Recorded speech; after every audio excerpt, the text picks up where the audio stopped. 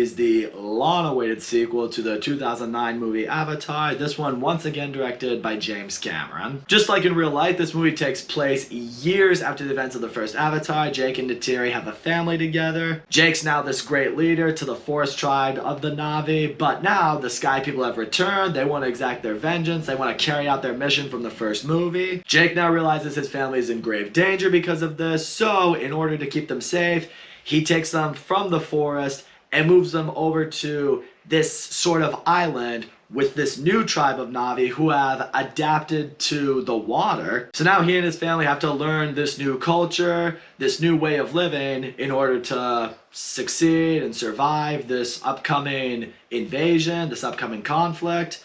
Essentially, they have to learn the way of water. The first Avatar, I feel, is a bit of a divisive movie.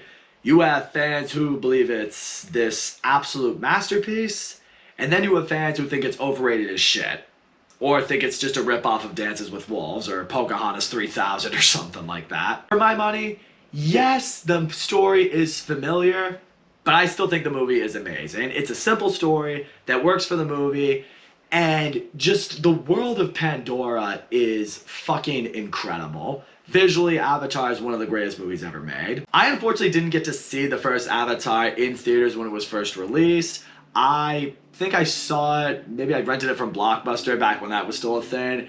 That's when I watched it, and then I went years and years and years without seeing it again.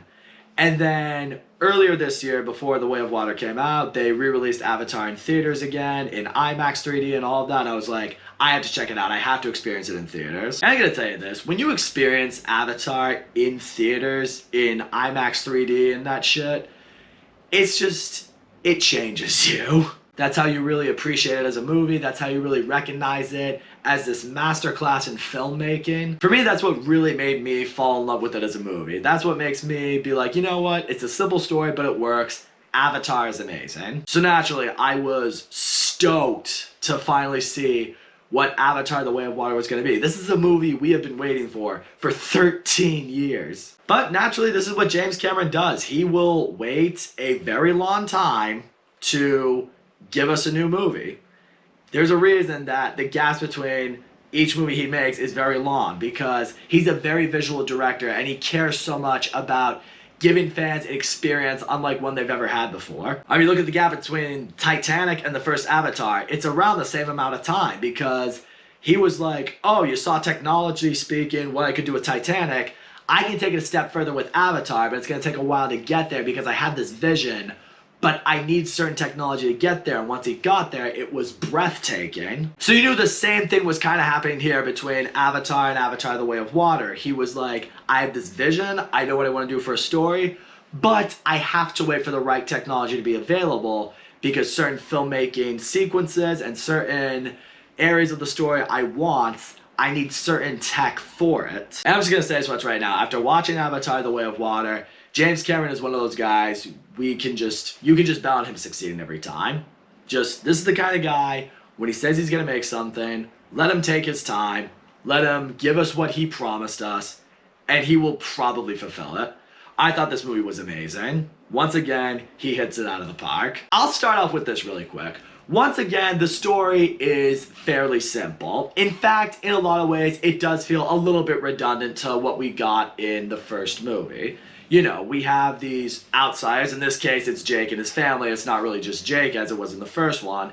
He and his family, they come to this new tribe of these different Na'vi who have evolved and adapted to learn the water, something they have not ever experienced. So they have to learn the new ways of this habitat, this wildlife, how to, really fight, how to thrive, how to live in this sort of environment. And so like in the first one, there's some tension, there's some clashing, they're all on the same side. It's not like it's like, yeah, strong together against the Sky People. No, there's some clashing going on, and it makes sense. So yeah, it's a simple story, it's a familiar story, but for me, does it work? Yeah, it did. Get into the characters of this movie. What I really liked about this one, and some people may not as much, but for me, I like that Jake and Neytiri's kids, I felt it became more of the forefront of the movie. Jake and Natira are both in the movie, and they both have, you know, important roles, and there are certain moments with both of them where I'm just like, oh my gosh, these are great characters. But I really feel like James Cameron wanted to give more of the focus to their kids because they were new characters. He could explore more with them. He could really give us something we haven't maybe seen yet in certain characters. Not all of the kids really get time to shine. Namely, it's two of their kids. It's one of their sons, and it's their daughter, who's played by Sigourney Weaver. Not the same character as the first one, but she's kind of based off that character. But it was cool to see Sigourney Weaver back in a sense. I was glad they found a way to let her be a part of this movie. But they're the ones that really get the time to shine. They're the ones that really get the big focus. They're the ones that have the storylines that I think fit most for the story of this movie. But I really loved these characters. I love what they both brought to the movie. I am hoping as the Avatar franchise goes forward that some of the other kids get a little bit more time to shine. But for what their characters brought to the story, I thought really worked. And I really did enjoy the villain aspect of this movie. I'm not going to spoil it for you guys or anything like that, but I really thought the route they went, I thought it was really, again, fitting for this movie. Because in this sense, the way they sort of go about it with the villains and their storyline, it kind of has you sitting there when you first see what's going on with them. You're like, oh, so this is the route we're now taking. This is going to be tough for the Na'vi. You now feel more so than ever that the villain aspect is a big, big problem for the Na'vi, which is good. It makes scenes more tension-filled. It makes things a little more nerve-wracking. It makes scenes a lot more intense when you feel like Jake and his family are in danger. But now let me just get into what it is I really want to talk about with you guys, and that is the visuals and the world of Pandora. This movie is so fucking beautiful to just look at. It is spectacular. There's no other word to describe it. It's amazing. Once the Sullys get to this new tribe of Na'vi and you start experiencing the water, that's where you really see, oh, so this is what James Cameron was waiting for the whole time when he was like, I need certain technology. He wanted to film scenes underwater.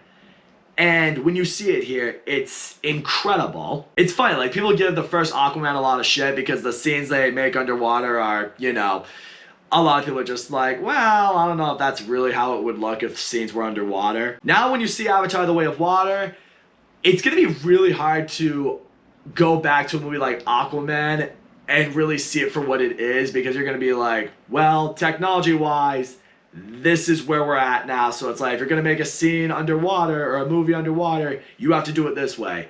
It's gonna be absurd, it's gonna be expensive, but that's the new bar set now, so you better do that. So yeah, hopefully Aquaman and the Lost Kingdom, I think filming for them is done now, but if it's not gonna look like that, it's not gonna be good news for them. But just seeing the world of Pandora, and this is what I really love about this movie, it explores so much more on this planet. Pandora is a planet. And in the first one, we really experience what life was like in the forest. That's where the main attention of the movie was at. In this case, we are experiencing so much more of the world. There are more cultures out there. There are more Na'vi out there. There's more of a world out there. And now we get to experience a whole new part of that. We get to experience the ocean, new wildlife, how the new wildlife have a bond with a certain Na'vi that are here, similar to how it was in the first one. There are new forms of bonding, there's new ways of combat, there's new ways of living that have to be understood. And that's what I think really makes Avatar: The Way of Water special. It's the fact that it does treat in a lot of ways like how the real world is. There's an entire different world out there, and when you go out there and you experience it, there are different ways of living your life, some that may require more on different elements, some require more on land or with sea or whatever it might be. But also, you're also learning a new culture with new people in different parts of the world. And that's very much what's shown here. The Sullys, they come to this island, they come to this new tribe, and there's an entirely new way of life that they need to understand and they need to learn. I felt like it's a great reflection to how it is for people who travel a lot or move to different parts of the world.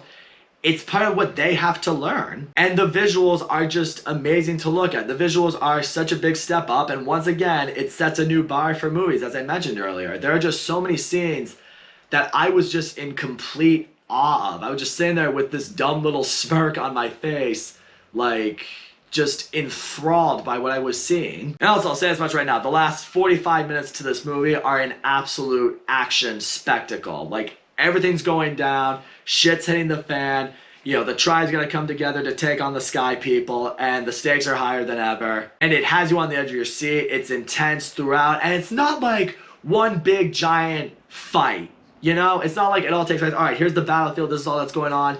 It's a very, I don't want to say drawn out action scene, but there's a lot going on. It's a layered action sequence that goes on for basically almost the last third of the movie, which is almost an hour, because you have different phases of this giant battle going on. You have areas that are a lot more grand scale and intense, and you have other moments that are a little more deeper and personal. It never makes the action sequence feel stale or drawn out or exhausting.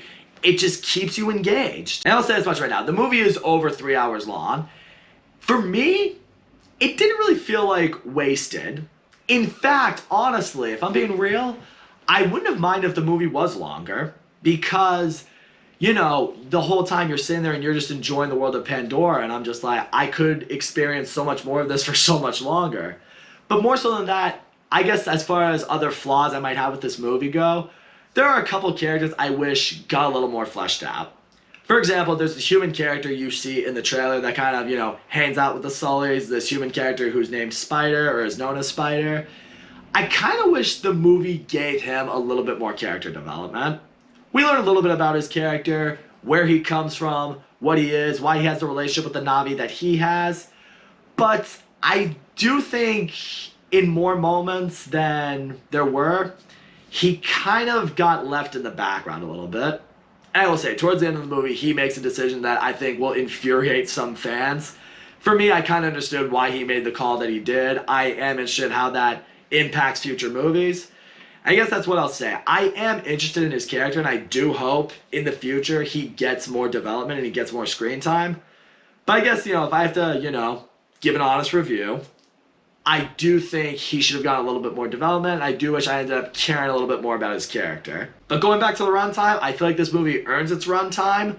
I didn't feel bored or exhausted from the movie. I was never sitting there like, okay, can we leave? Can we go? Never at any point. In fact, I had a flight to catch about a few hours after the showing that I went to see. And at no point was I sitting there like, oh my gosh, you need to hurry up because I have places to go, I have places to be. No, was never like that. I was sitting there like, I could sit there, enjoy this, and rush to my flight with no regrets. That's when you know you got something special here, when you have an absurdly long runtime and you're okay with it being even longer, even if you have shit to do. So all in all, Avatar: The Way of Water, I thought it was fantastic. The story is a little bit simple, it is a little bit familiar, there are maybe some characters I wish got a little bit more development, but you know, I'll save that for future movies. But the characters you know and love, you still love them. The characters that really do get development, the new characters, you're gonna fall in love with them. Most of them anyways, the one that really get fleshed out. The action is an intense spectacle when it goes down. I really love experiencing much more of the world of Pandora. I'm really excited for in future movies what more of the world is like. Are there different tribes with other different cultures that the Sullys will have to learn? Visually, it is the most breathtaking movie I have seen in a very long time. This movie just completely sucks you into its world, and it doesn't let you go until the movie's over, until well after the movie's over, I should say. In the end, I've been alluding to it quite a bit, but I cannot wait for future Avatar movies. Maybe they'll get to a point where Avatar gets worn out and becomes stale and they overuse it, but that day's not today. I'm very excited for the third Avatar movie, the fourth Avatar movie, however many more are left. I'm excited to see them. I can't wait to see what James Cameron brings us next with the Na'vi. I think, once again, it'll be something special. So that's all I gotta say, guys. Thank you so much for watching my video, and as always, don't forget to leave a comment, like, subscribe, and I will see you all next time.